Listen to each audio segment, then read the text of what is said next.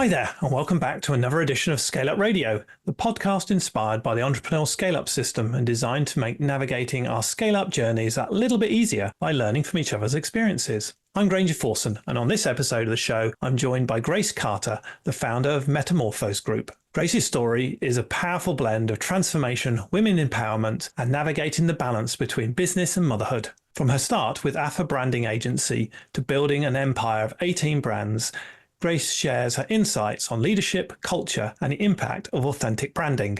To ensure you don't miss any inspirational future episodes, do subscribe to ScaleUp Radio wherever you like to listen to your podcasts. Also, you can nominate a guest for ScaleUp Radio if you know someone with an interesting scale-up journey. You can find out how in the show notes. So, let's now dive into the inspiring journey of transformation, empowerment, and the reality of balance with Grace Carter. So, hello, Grace Carter. Welcome to ScaleUp Radio. Please introduce yourself to our audience. Hello. So I am the managing director of the Metamorphose Group, which I founded earlier this year. Before that, I had a business that still exists called Afra, which is a branding campaign agency, which I've run for the last 7 years. But recently that has become part of the Metamorphose Group. Metamorphose Group. Wow. Okay. So that's a year old. Apologies. What's the name of the branding group? Afra. Afra. Afra. No one has ever been able to say Afra correctly in all my years of having this agency. We've had Afros, Alpha, Afra. Like I've had every variation I think exists of this word. But it's actually named after Afra Ben, who was the first female playwright in the 1600s to write under her own name. And she basically disrupted the status quo for women by writing under her own name at a time when it wasn't, the done thing. She was actually also a spy in France for the king. So she was like a very interesting lady. But she wrote these various books, which I studied at university when I did my English degree, which is why I know about her. But I actually sadly don't think the text she wrote was particularly interesting, but it was interesting to study.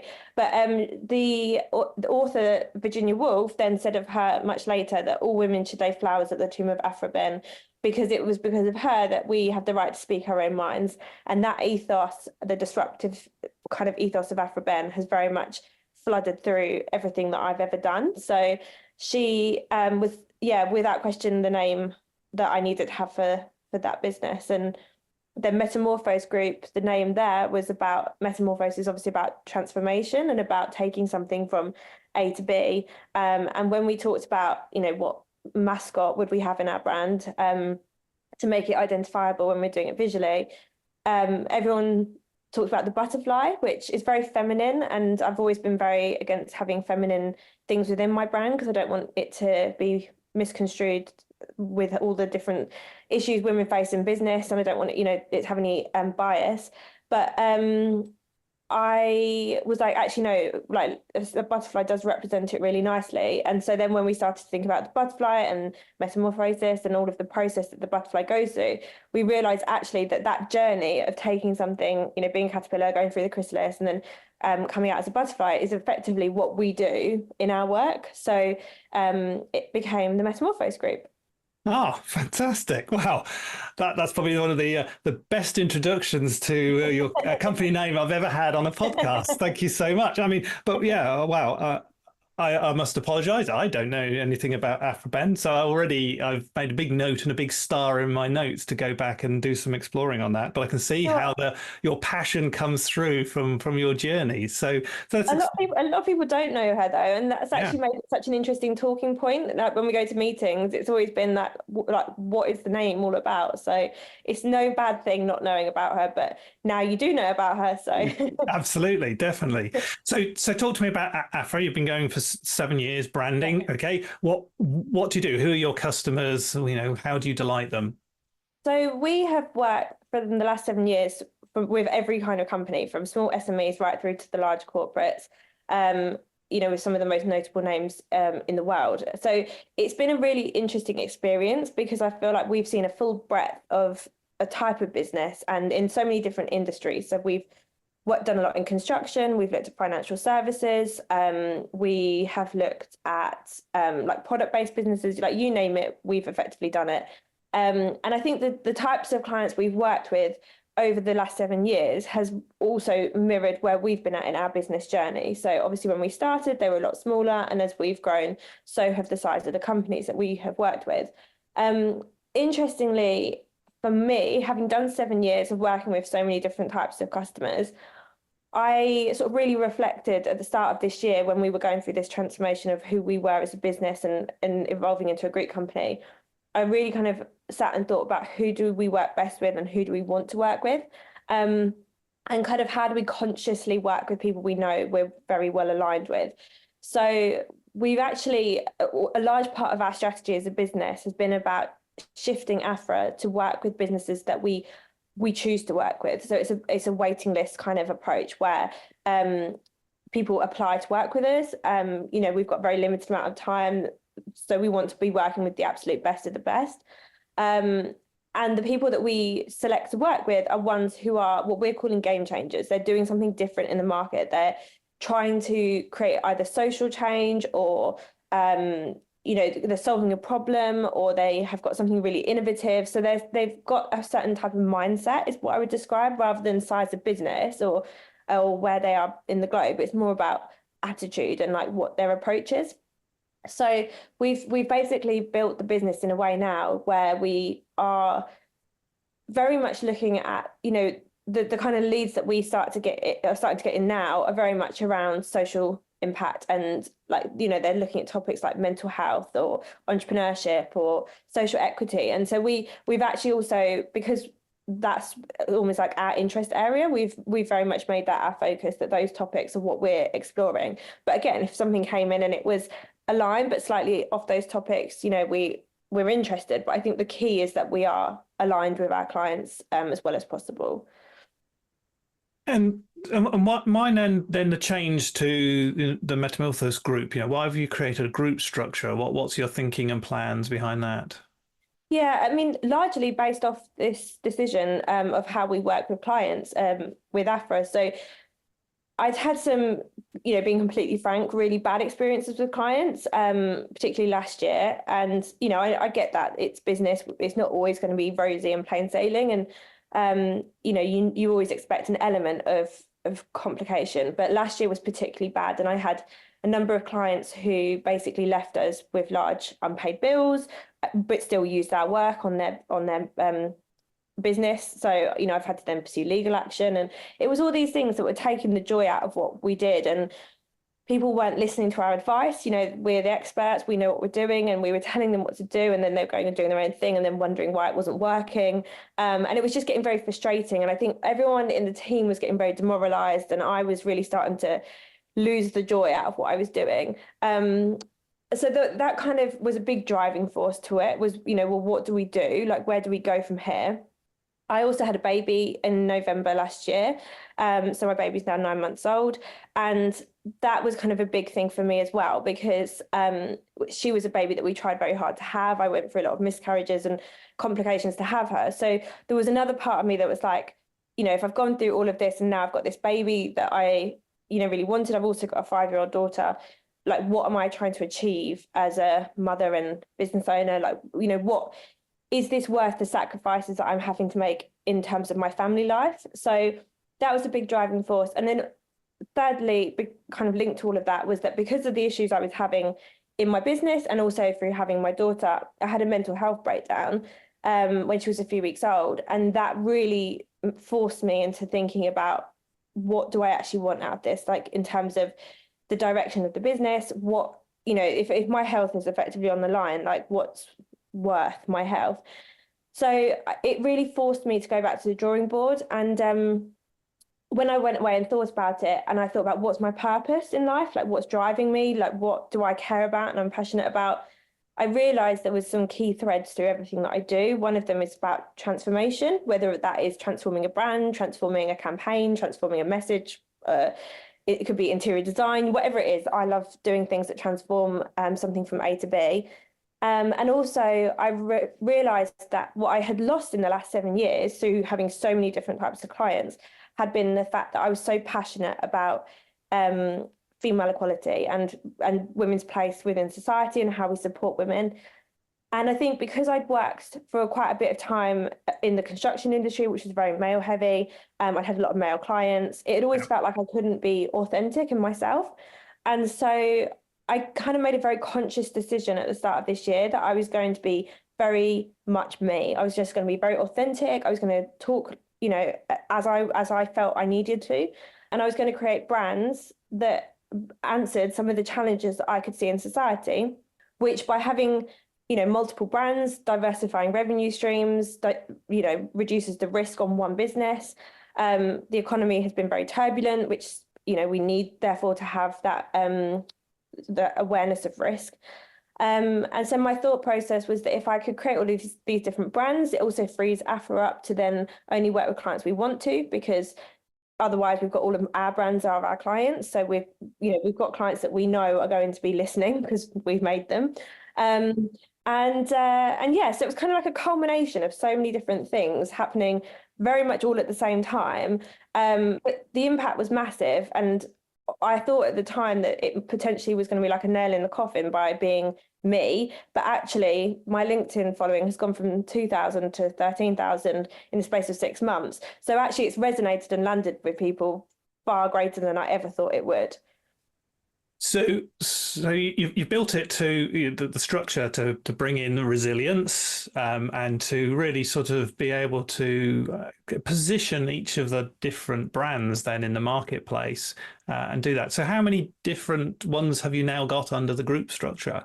That is a really good question, because every time people ask me, I don't actually know the number. It's Okay. quite a lot. Let me have a look and I'll count it as we talk. 1, 2, 3, 4, 5, 6, 7, 8. 9, 10, 11, 12, 13, 14, 15, 16 brands under the Metamorphose Group. So obviously Metamorphose Group becomes brand 17. And then we've also got my personal website / brand, whatever you want to call it, which then becomes brand 18. So effectively 18. And each one of those brands, are they then at a specific client type, vertical? You know, how do you know, pick one or two of them and just sort of describe it to us? Yeah, so the Metamorphose Group is driven by 3 essentially pillars of focus. So they are mental health, social equity or inequity, whichever way you look at it, and then entrepreneurship. So I'm hugely passionate about inspiring women into entrepreneurship, and it's something that the data shows a lot of women, you know, choose to go into it because of childcare and flexibility, but then also drop out quite significantly because of childcare and care responsibilities. So it became quite a big thing for me that I wanted to get more women both into entrepreneurship and staying in entrepreneurship. And I wanted to try and tackle some of those issues. So I started looking at it very much from, it began as looking at it from a campaign point of view of like, can we run a campaign where we can, you know, raise awareness of the issues and try and solve some of these problems by lobbying government. But then with the brands that we then generated, I thought, well, actually, as I started to unpick all the different issues that were affecting women and what the barriers were, I realized that I could create brands and different solutions that would resolve some of these issues that the women were facing to actually help push them into entrepreneurship. So to give you an example, when I was looking at entrepreneurship and I'm thinking, where do we want, like, how do we inspire women into it? I realized we need to look at children at the very beginning of the, you know, at the start of their life. I've got 2 daughters. I know how influential the media is around them. So the first thing was to create a book. So I created the book, The Girl Who Grew, which is all about inspiring young girls of their potential. And it basically shows, it's kind of written in like a fairy tale sort of way. It's very beautifully illustrated. But the idea of it is all about empowering young girls to see their potential and showing them careers that they might otherwise have not thought they could do, and filling them that feeling of empowerment. And within it, I've slotted in things like, there's one of the spreads is an entrepreneur who's got a baby. So it's me effectively in the spread, but it's showing that you can have a baby and run a business. It's about representation. You know, you have to, seeing is believing. So I created that. And then we were looking at how we went to market with it in terms of publishing. And I spoke to one of my friends who is a very senior editorial director at one of the big publishing houses. And I said, what would you recommend I do at this point? Do I take this to a publisher? And she was like, well, you've kind of done pretty much everything we would have done at this stage other than market it. And I thought, well, I've got a marketing agency effectively, I know how to market things. So I made the decision to create a publishing house, which we've called Athena's Library. So we are now publishing these books underneath our publishing house with the long-term view that we can then publish other literature that's going to support and empower women in various different ways. So we've got 3 children's books that are coming out this year through Athena's Library, and then I'm in the process of writing an adults book for women. So that's one example. Then we've got a mental health program that we're creating. It's due to fully launch in the next few weeks. I've literally been doing crossing the T's and dotting the I's today on it, called Compassion Club, which is compassion focused therapy based, and it's aimed at women going through various different life stages. So whether that's trying to conceive, pregnancy, postpartum, parenting, all kinds of different stages of life. But it's about offering them therapy to help build emotional resilience and about helping them to be compassionate to themselves and kinder on themselves rather than basically overcoming negative thinking. So again, if you're constantly very self-critical and you don't feel well in yourself, you're never going to feel like you can then go and run a business. So that's kind of like tackling this from like some of the sort of periphery angles. From a more practical point of view, we've then got a charity that we've developed called Nova, which is about getting laptops to young girls who've got entrepreneurial vision. And it's about how do we give them the practical tools and infrastructure that they need to actually get started, which we've had some interest from some of the key tech partners about providing the tech and the laptops, which is amazing because initially my thought was just I wanted a charity that all of my brands could put money into and we could fuel it ourselves, but actually it's captured the interest much more widely. So again, hopefully that will start to have a really positive impact. And then with the work with Afra, what we've been starting to develop is how do we effectively mentor and build awareness and knowledge through everything that we know about brands and campaigns for people. So we're in the process of creating a guided masterclass series where all of our knowledge can be viewed through videos and downloaded. And in doing so, then potential entrepreneurs can go through this process and learn for themselves how do you create multiple brands and how do you get them to be positioned correctly in the marketplace and make sure your product gets heard and shouted about. So I mean, that's just a snapshot of some of them, but effectively we're solving the problem from multiple angles, and hopefully the culmination of all of these things coming together will have a compounded effect over time. Wow. How do we unpick that? Well, I mean, what you're doing is amazing. I mean, that just sounds absolutely brilliant, and all those different elements of it. I mean, one of the things that we talked about, sort of pre-podcast was how do you get that work-life balance? And you've talked about you've got a baby, fantastic, and finding that balance between being a female entrepreneur and also being a mother and trying to do that. That's definitely come across in the passion that you've talked about. So you've been building this business for 7 years, and now it's growing. Everything else you're doing. How do you get all that balance sorted out then? Well, what's your current secret sauce, shall we say? I would say that if I was being completely honest, there is no balance, and that is why on my LinkedIn I think my content has resonated in that I talk very openly and candidly about what it really looks like particularly for women who are balancing both. And the campaign that I'm running to lobby government is called Business and Babies, and it is literally about that balance between the two. I think that, when I started Afra, it was at my dining room table. I knew I was going to have children, but I wasn't at a point in life where I'd had them. So I have literally grown, a business alongside becoming a mother and going through all my fertility challenges. So the two for me are very much intrinsically linked. And I only had about a year of running a business with no children. So I've kind of gone through all of that. Plus I had the pandemic in the middle of it, which sort of added even more fuel to that fire. But I think it's definitely been a journey. I think that with my first daughter, she's 5, which is not that long ago, but 5 years ago, it was a very different place for me in terms of, I wasn't able to talk about the fact I was a mother. I hid the fact I've been pregnant from clients because I knew I wouldn't win work if I did. I felt very vulnerable, and very insecure about everything. And I think that with this time with my second daughter, I wouldn't say that necessarily the biases and everything has changed, but I just felt like, I guess maybe older, wiser, a bit more confident. I was a bit more like, screw it, I'm just going to be, truthful. I'm going to say it as it is. Yeah. And there was a risk that, by being honest and saying, actually, I'm really struggling at the moment to balance things, or I'm finding this really hard, or, being more transparent. My clients read what I write. So there was a risk that people were going to read it and be like, oh gosh, she can't cope.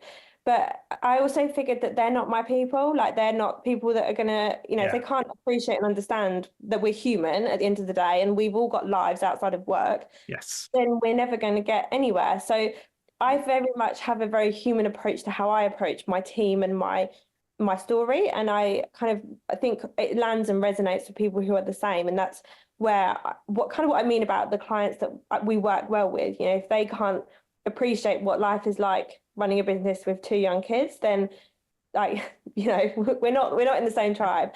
But and I think every business owner has their struggles, in their heads, depending on how large the business is. Those struggles are escalated or are different, but they're still, we have huge doubts, we have difficulties, we worry about the future, we're unsure where the next revenue is going to come from, we're worried about the marketplace. We all have that mix always going on inside us, which employees don't have that same level of thinking and worry around all of that. And yes, and I think that's an integral part of being a business owner, is learning how to manage that and deal with that. Sometimes it can be overwhelming. Other times it's absolutely exhilarating. I think it's that mental battle, which is the hardest part of it. The physical side or practical side of having kids and running a business is challenging, but it's not anywhere close to being as difficult. I'm very, very fortunate in that we have been able to have a nanny support us pretty much from when my eldest was 3 months old, which, at the time was a better choice for us than her going to nursery, and it's worked very well to give me flexibility, and it means that I can get work done as needed, and I'm able to parent very flexibly with them as well. So we're very, very fortunate, and we knew that we needed to have a very robust support system in place, because we don't have loads of family that live nearby. And my husband works in London, he's a business director, so he's very much, gone at 5 a.m, back at 5 p.m. So it was important for us that, we had that in place. So that side of things, although, it brings its challenges, it's fairly, I guess, in some respects straightforward. But I think it's what I'd call like the mental load of it all that's the very hard part. So, I wrote a post on LinkedIn literally last night about the going from being business Grace to mummy Grace within half an hour, leaving the office, and I'm talking about sales strategies and P&Ls. And then I get home and my daughter's like, can we make slime together? And I'm like thinking, oh my gosh, I'm still thinking about, whatever I was doing a minute ago. And so it's very hard to make that mental leap. And, looking at what my identity is, I went through a huge identity shift after I had my daughter, where I was doing, at the time, I started off just doing part-time. So 3 days were at work, 2 days at home. And it was very strange. Like, one day I'm going into an office, I've got no child and I'm dressed in smart clothes. The next day I'm in like my scruffs and I'm playing on the floor. And it was a bit like, who am I? What am I? And for me, there was no role models in place to see what that could look like. And I didn't know, how do you behave when you are, balancing both of these things? How do you look? What should I, who should I be? So for me, I think a lot of what I'm trying to do is to role model that, both for my daughters and for, for other people.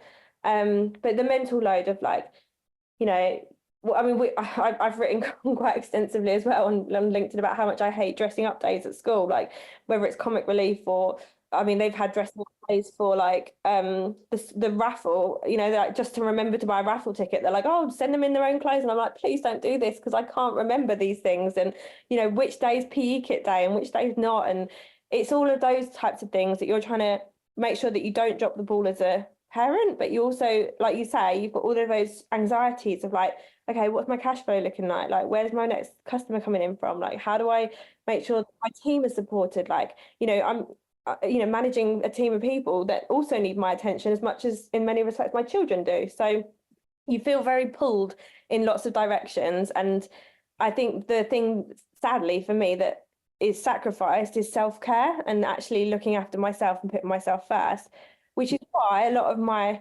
brands is all about how do you help that burnt out, tired, exhausted woman who's always doing everything for everyone else, but hasn't really got that time for her, and trying to look after her, basically. Yes. Wow. Wow. I mean, that's a fantastic monologue of what it is like to be both a mother and a business owner for doing that. Thank you so much for that share. That was awesome. I just want to, picking up from that, gone from P&L to slime. That's brilliant. Thank you so much. That's a beautiful, beautiful image and analogy of exactly what it's like. So, I've come to entrepreneurship later in life, and my children are grown up, so I don't have that level of day-to-day activity. So, I can understand that, but I appreciate it now, definitely around that. I'm interested. You talk about your staff. How many staff members do you currently have? At the moment, I've got 7. At the most, we've had 15. I found when we got to 15, it started to become a very different business in terms of, I guess, they sort of say that you hit certain points, and I was told 15 at 30, I think like 50, like there's certain like milestones where it starts to change. Yeah, 15 was definitely a point where it felt like the wheels were starting to come off because we hadn't actually got all of the processes in place that we needed. We hadn't really, I guess it happened so quickly in such a short space of time that we hadn't really digested who we were, what we wanted to be. And so it's very hard if you don't know that as a leader to then pass that on to your team. And I'd never ran a business before having my business. I'd never worked in a brand or campaign agency. I had no idea how those things were ran. So we were doing a lot of learning in those early stages, and it can be very expensive if you're learning while you've got a large team. So at the moment, it suits me quite well that the team is smaller than it was. Yeah, so you talk about we talk about the scale up journey, exactly that. The 5 to 8 is the sort of level that you get to with one business owner. Once you step off that stepping stone and you go up to the next level, which is around the 12 to 15, that's where you then need very good processes. You need stronger marketing activities and lead generations, and you need a second leader, because actually you cannot manage more than sort of 8 people as a sort of maximum theoretical. You just can't manage that many people. It just becomes impossible. And I can see exactly why you felt the wheels were coming off through exactly that. So 7 people today. How do you work as a team then to build that culture and fit and get that home life as well? I'm interested in that structure. So I'm very flexible as a boss, perhaps too flexible. My husband works in a business that has very different levels of flexibility, and he often is like, "You're being way too nice." But I just sort of treat everyone as humans. Everyone's got their life and their responsibilities that they need to take care of, and I'm more interested in the output of what they're doing. If we hit the deadlines and we hit the work we're meant to be doing, then I don't really mind if they've got to take their kid to a summer club or if they've got to go to the dentist. Like, they're all adults, they don't need to come to me. Like, I'm not going to parent them as well as my children. So I think that's kind of been a big part of it for me. And I was very aware that when I first set up the business, I was trying to almost like fit into the status quo of how businesses have always been ran, the 9 to 5 and everyone's in the office and very structured and fixed. And as a woman and as a mum, it just didn't work for me. Like, it didn't.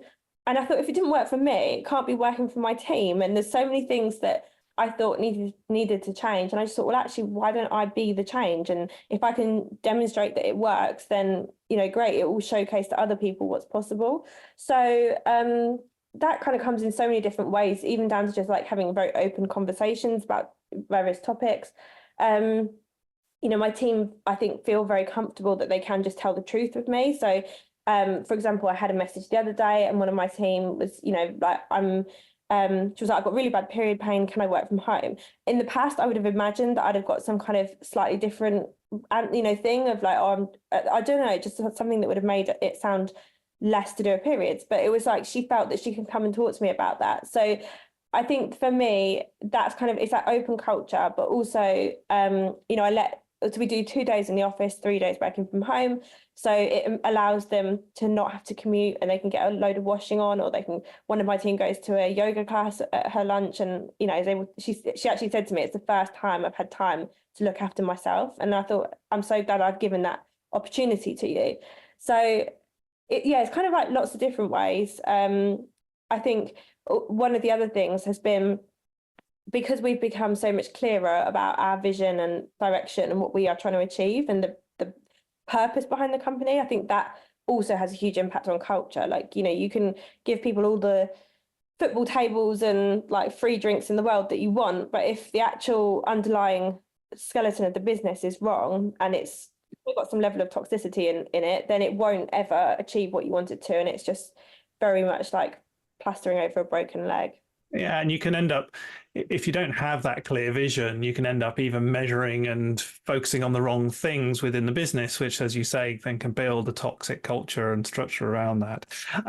So, a diverse team, seven people, 2 days in the office. Just interested, how do you come together as a team? How frequently? How do you sort of think about culture as a team on a regular basis? I'd say we're very close as a team in terms of like, I talk to them daily. So we use Slack as our main communication channel, which Excellent. means that they are messaging, on an almost like hour by hour basis, if not minute by minute, if needed. We have, if we have projects, like each business has its own meeting that we have each week to talk about the business and the progress and sales and where it's at. We have team days, every so often we'll go away. So like we did a pottery day where we all went and made our own pottery and just did sort of like chilled things. It's nice to just unwind and chat. And then we, every probably like twice a year, I do a really big team session in terms of like looking at the objectives, where we're going, what's the vision, just sort of bringing everyone back to where we need to be. But I think we've just, most of my team have been with me for several years now. So I think we've kind of fit into a groove with each other. We know how each other works well. We know what we're trying to achieve. So I think we've become a lot more efficient in how we communicate, if that makes sense. It's not death by anything. No, it's so important. Communication across a business. That's why I was interested in doing that. I mean, one of the things I always talk to my clients and I preach is ban internal emails. Never have an internal email culture. It's the most toxic thing you can have. Use other methods to build that communication. And I love the way you're using Slack. That's really important. I mean, my business is probably never really going to grow beyond 2 people. It was me, my business partner. I work upstairs, she works downstairs. So we can connect together quite often. But it's about getting that communication right. Even when we work together, we sometimes get the communication wrong. But we learn from that. And that's the thing. And I can see that within you and your team. Yeah, communication is at the heart of any problems or successes. Like if you look at any business or any situation where anything has happened, it will be because of communication. And I'll sort of paraphrase a quote because it includes a swear word. I will not use the swear word, but my studio manager's got this amazing quote and she says, assumption is the mother of all F-ups. Yeah. And I always keep that in my head because essentially, if you assume someone knows something or you assume they've got a certain level of knowledge or make any assumptions because you haven't gone to the length of communicating with them, then you will create some level of problem. And so many, managerial issues that I've also fallen foul of are where people haven't communicated, they haven't set boundaries or haven't set clear expectations, in terms of like project management and actually getting things done. Again, it's communicating, like, what do you want to be done? When do you want it to be done by? Being really clear, like, what is the deliverable you're looking for? Like, what is your expectation of quality? Like, what's the standard you're trying to reach? Once you've got that, what do you want to do with it? And it's making sure it's documented so that there's a really clear and robust plan that is communicated and everyone can follow it, and there's no room for error. I I think if you leave it too much with grey area, people will find the cracks in it. And so for me, communication is essential. Absolutely, and I totally agree with that. Having that clear understanding of, outputs and structures within a role, within a task, within a project that you're doing, and having that structure. In my past, I had a very successful IT implementation project, and got asked, what did you do? I said, well, we just met every single week and we discussed every single issue. And really? Yeah, absolutely. Because actually that allowed the team to have that real bonding that solved all the, because the reality is, even though with a perfect objective, there are going to be 100 little micro problems in between that need to be fixed. And the team needs to just do that and make that happen. If they've got a clear goal and they're reviewing that goal, they'll just fix those problems and make it happen. So yeah, communication is absolutely the key. Yes. So you're growing the business. You've got this new group with lots of different elements and exciting things you're doing, focusing on women and entrepreneurship and health. So what marketing do you do? Because you're a brand company and getting things out there. What's working for you and successful for you so far? So I would say first and foremost has been my own personal brand, which so many entrepreneurs overlook, and we have often found that people want to put their business out there, but they want to preserve themselves and hide behind the business effectively. And the reality is you can't. Like, if you want to grow your business, you have to be willing to be seen and heard, and you need to be the face of your business. And the ones that we see that don't succeed, they don't either they have the wrong face of the business, or they just don't have one at all. So it doesn't come naturally to me. I'm an introverted person, and it was something that I have for many years not done. But my husband said to me the other day, he was like, what's been the change for you this year? And I was like, putting myself out there, building my personal brand. So I think the key with building a personal brand is it's got to be authentic and it's got to be you. So I write all of my content on LinkedIn. Like, I don't let anyone else have access to my LinkedIn. It's very much about me building relationships, explaining who I am, what I care about, showcasing the work that I'm doing through the lens of who I am as a person. So people are very much buying from Grace rather than buying from one of my businesses. But we are, humans buy from humans. So we know that people like to buy from people, and they like to know who they're working with, and they like to build relationships with who they're working with. So a lot of the time, I think by the time people come to work with me, they feel like they already know who I am, and it's almost like we've got a rapport going.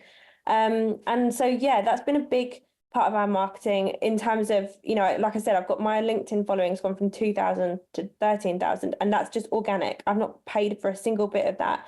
And that's been consistent effort every single day, writing multiple posts on LinkedIn, engaging with various people, building relationships, sending dozens of messages, connecting with people that I think are relevant. Like, there's so many things that have gone into getting to that point, but it's cost me nothing but my time. And we've had some really interesting brands connect with us and get in touch as a result of it. So that would be my first thing that we do. Then, in terms of all of the brands, so the thing that kind of comes before marketing that I think a lot of people really underestimate is how strong your brand actually is in terms of how it looks, how it's positioned, the messaging, like where are you driving that marketing to? So we put a lot of effort into our brands and the strategies behind them in terms of what we're trying to achieve, where we're trying to get to with them, what is it that we're driving people to do, what's the call to action. So we kind of really look at that front end, but then once we've done that, then the marketing sort of just flows naturally from that. So whether that's digital marketing on social media adverts, whether that's pay-per-click marketing on Google, depending on the type of business, depends on where we might position it. So something that is B2C, we might be looking at TikTok and Instagram and Facebook, whereas something that's more B2B, we might be looking exclusively at LinkedIn. So it's about knowing the right channels to communicate on and not trying to do everything for every brand. If it doesn't suit the platform, it's not worth your time trying to force it to happen. And then I think the other sort of marketing that we're doing is very much sort of just getting out there, as in, making ourselves known to people, like reaching out to brands that we're interested in, talking to them, like talking to events that we could speak at, or, take our brand to, just sort of basically like hammering on every door that we can. It's a very proactive approach, rather than just sort of sitting and waiting for leads to come to us. We're very much like getting ourselves known. But I think you have to, otherwise you're just going to end up waiting and you might never get anything. And you'll be waiting forever. Yes. Oh, great. So fantastic. So, let's meet up in 5 years' time and have a face-to-face coffee rather than a Zoom recording coffee. We're going to talk about the next 5 years, what's happened. So what's happened in the next 5 years to be both successful for you personally and for your business? So I've set myself a personal goal, which has always sounded really strange to say out loud, but I also believe it's important to say it out loud, both to manifest it and also because I think particularly for women, we're told not to be too ambitious. So it's important to hear people say it. But my personal goal is to get onto the King's Honours list. So I'm not fussed whether it's an MBE, OBE, whatever EBE we're going to go for, but I'd like to get some recognition at a national level of services to entrepreneurship. So that personal goal, is driving a lot of my decisions at the moment and the work that I'm doing.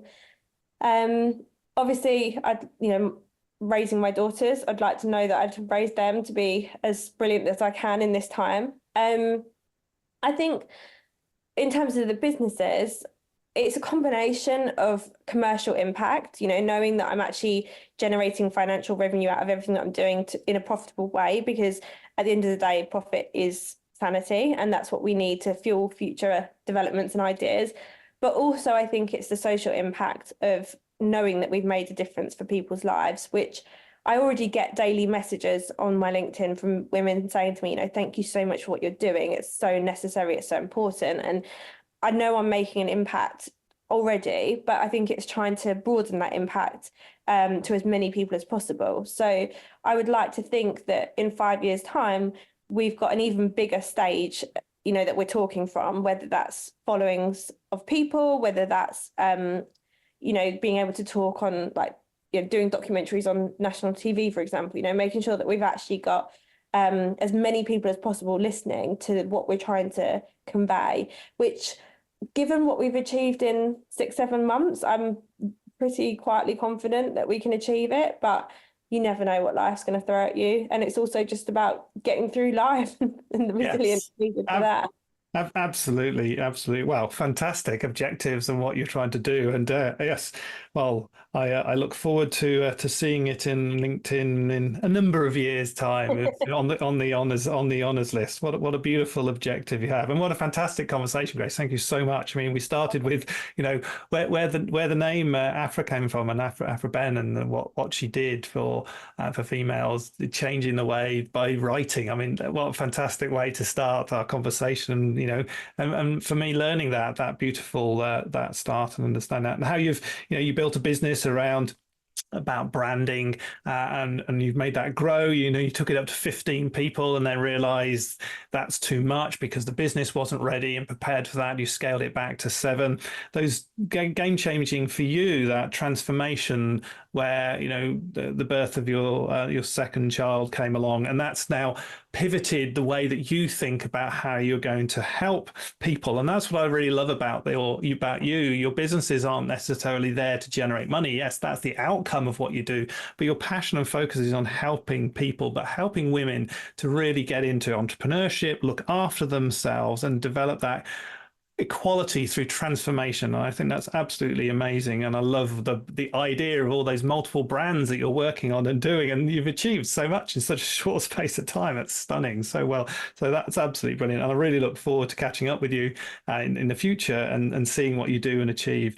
But the focus that you also talked about in the business context is your people and how important it is the communication and the way that business is. But what I love is that phrase, and it says, I treat people as humans. Yeah, we're all humans. We're not there. Yes, we're there to get a salary. People are there, but actually we're humans underneath. And that's the most important thing they treat it. And that really came across in the way that you look after your team and your people. And that's why you're successful in businesses. So thank you so much for this. We always finish with a quick fire round, if I may.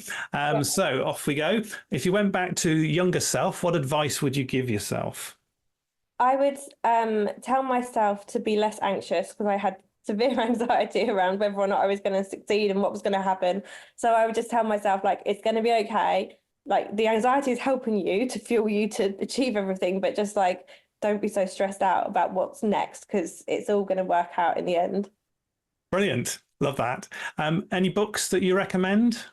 Yes. So as I was saying before we started recording, I'm a voracious reader, having done English as my master's and undergrad degree. I think I should be. But so I pretty much have a new book coming every week. And I think I'm terrible for starting books, getting like halfway through and then starting the next book. So maybe the questions should be ones that I've actually finished. But Okay. there's a few that really stuck out in my brain. So I've got 4 to reference. So one is called Traction by Gino Wickman, and it's about the EOS method, operating method of running a business. And we use that method within how we run our business. And when I came across that method, it was game changing for me. And it really drives accountability and really forces you to think quite clearly about what you're trying to achieve and how you're going to scale and grow. So that one would be a big one for me. And the interesting thing about that book is a lot of people are now offering that EOS model as like a training service. You go to a consultant and they'll transform your business. But the reality is you can also just do that by literally reading that book. So, you know, I think a lot of people think that it's going to cost them loads of money to do it, when actually it's probably like whatever it costs on Amazon, like £10+. You know, it's not an expensive thing as long as you read the book. So that would be one. Then basically anything by Richard Branson. I absolutely love him as an entrepreneur, and I love his screw it, let's do it kind of mantra. I always in the early days took his advice on board of say yes and learn how to do it later. So I never said no. Sometimes that was a bad thing, but yeah, so I love Richard Branson. I think he's also very creative in his campaigns and how he markets his business. And he's not always, although he's obviously very wealthy, a lot of the time it's not about how much it costs to do something. It's just about catching people's attention or their imagination. So he would be, anything from him. Then there's a book called Period Power, which is basically all about hormones and women's bodies and how our hormones work. It's not a business book at all, but I think it should be classed as a business book, because I think both men and women need to understand how female hormones work and the impact that that has on their performance and productivity, particularly as they approach menopause or perimenopause. So that's been a really interesting one for learning about how the body and the brain works and the chemicals that are working within it. And then my final book is called Scattered Minds by, I want to say Gabor Mate. There's probably a very lovely pronunciation of his name. I can't say it. But that book is all about ADHD, which I learnt in my early 30s that I had. And so it's really helped me understand both how that is a superpower for me, but also how it is a barrier, and how to know how my own brain works to get the most out of it. Brilliant. Wow. Fantastic list there. That's probably one of the best structured replies I've ever had to that question. So I'll move on quickly. My favorite question of all, who's had the most influence on you as a business leader? Probably my boss that I had before I set up my businesses, Calgary Avancino. She was a contributing editor to British Vogue. Prior to that, she'd worked at Vogue for like 20+ years.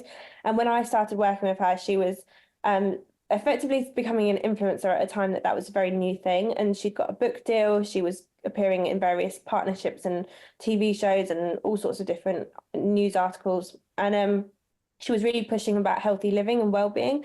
But I learned from her over the 4 years we worked together, like a crash course on how to build a business, how to build a brand, how to just basically build all these relationships.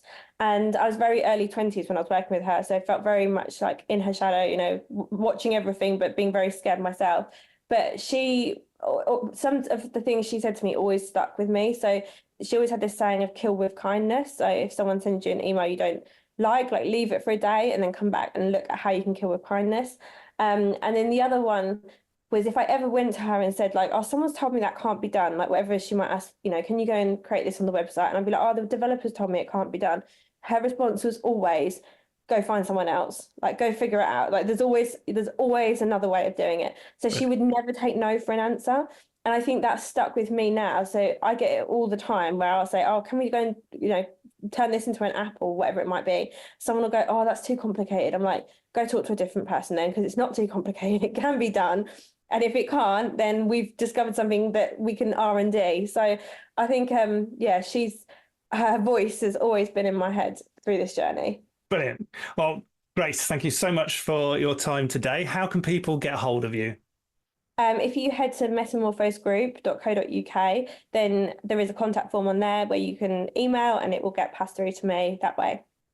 Brilliant. Well, Grace, brilliant conversation today. Thank you so much for your time. No, you're welcome. Thank you so much. I have really enjoyed it, and it's really nice to reflect back sometimes on your journey so far, because we're always so focused on the future. So thank you for allowing me to do that. I hope you enjoyed that discussion, and if you're building and scaling your own business, you might be interested in our book, The Entrepreneurial Scale-Up System, and it's exactly what it says on the tin. It's a practical handbook around scaling a business in a structured way, and you can order a copy at all your favourite online retailers, including an audio version, or you can find it and other supporting resources at our website, www.esusgroup.co.uk. That's esusgroup.co.uk, which is spelt ESUSGROUP.co.uk. Thank you.